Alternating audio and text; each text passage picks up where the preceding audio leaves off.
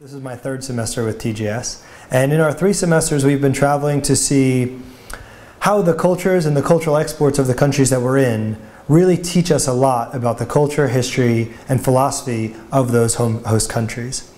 In Argentina, we looked at tango to look at the parallel history of the dance of the tango and the really rocky history of Argentina. In the United States, we looked at boxing as a cultural export and Americans as doers and fighters to kind of get to the real root of American thinking and philosophy. And now we're here in India and we're looking at the cultural export of yoga. Yoga is something that comes to everyone's mind when they think of India, but rarely do they think of the deep cultural, historical, and philosophical connections that yoga has with the country of India.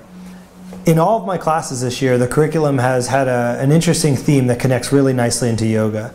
The yoga project at the end of this year, at the end of this term, is going to allow the kids to build their own connections between the practice of yoga and the content that they learned in class.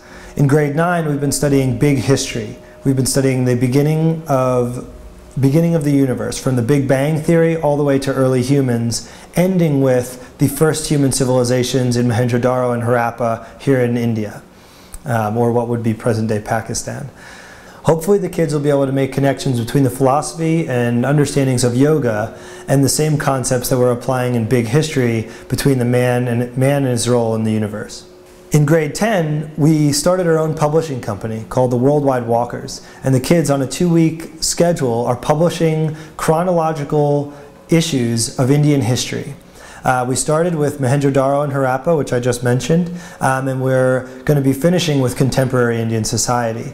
The goal for the students with the yoga project is for them to pull out how maybe the yamas, which is one of the 8 limbs of yoga, manifest themselves in the history and culture that we've learned about in India. The study of anthropology is really our big winner with this yoga project. I just learned while in India and speaking with José about the explicit connection between anthropology and yoga. The goal of yoga is to be able to detach the man, the individual, from the outside world, to break down all of those walls that we have as concepts that really separate us as humans and plants and animals in the universe. This is the exact same goal of anthropology, to break down all the walls that people put up saying, I'm different from him, one culture is different from the other, my religion is better than yours. The goal of anthropology is to break all that down and just see humanity as it is. There's a quote from Spiro that says, good anthropology makes the strange familiar and the familiar strange. And that's also the goal of yoga, to make those concepts that might seem strange, to break them down and make them understandable, and then to remove the self from the outside existing world. Through our time in India in anthropology class, we've been studying religion, as India is one of the most prominent places in the world to see the tolerance of all religions that are here in Indian society. And it's also the birthplace of Sikhism, Jainism, Buddhism, and Hinduism. Hopefully through our time in anthropology class studying religion in India, the students will be able to make connections between religious rituals and secular rituals. Yoga being exactly that. It started as a religious ritual, and now it's a secular ritual practiced around the world by many who have no idea or have no connection to the faith that it already started out with. I'm José Antonio Cao. I'm a certificated Iyengar Yoga teacher. I'm totally dedicated to the practice, learning, and yoga teaching. I have 2 yoga centers in Tenerife, Canary Islands. And we have a very beautiful project on the internet that is classesyoga.com, in which people of all the world now is connecting with the Yoga Iyengar and is scheduling information. Is very good.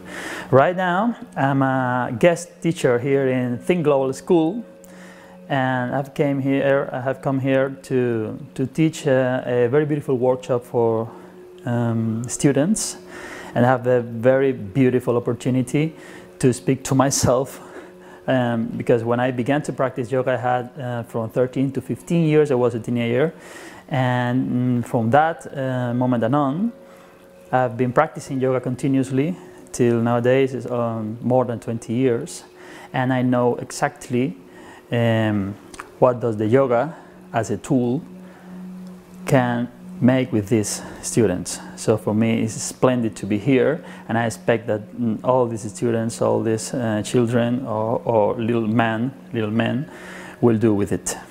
As Jose said, he explained how important it was for him to teach yoga to teenagers, because that was when he got started with his own yoga practice.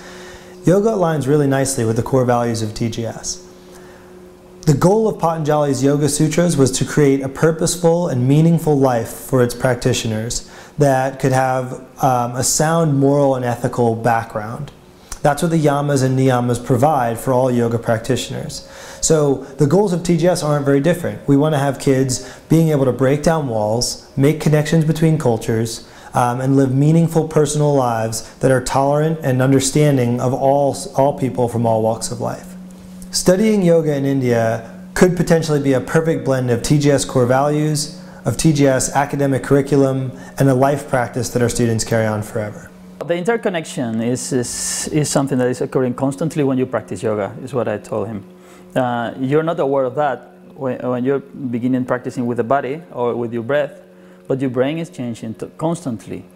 That's why the yoga involves all your personality, because at the beginning you have a lot of divisions in your mind, and you perhaps are not able to interconnect some things, and 2 or 3 years later you are more flexible, more tolerant, just because you understand with different points of views at the same time the same problem, because all those different interfaces where you were storing the information doesn't exist. They don't exist no more.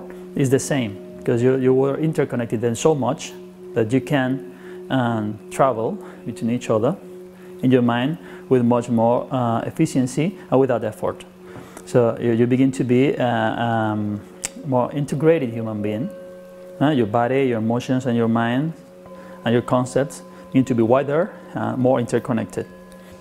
This yoga sessions really showed me like what yoga is all about, and that anybody can do it, and you can choose different directions of yoga in which you want to go. Coming from a dancer's perspective, since I had danced since I was 7, I was pretty flexible, and I just saw yoga as a way to, very honestly, to just become more flexible and to hit all the poses. I didn't think about the process.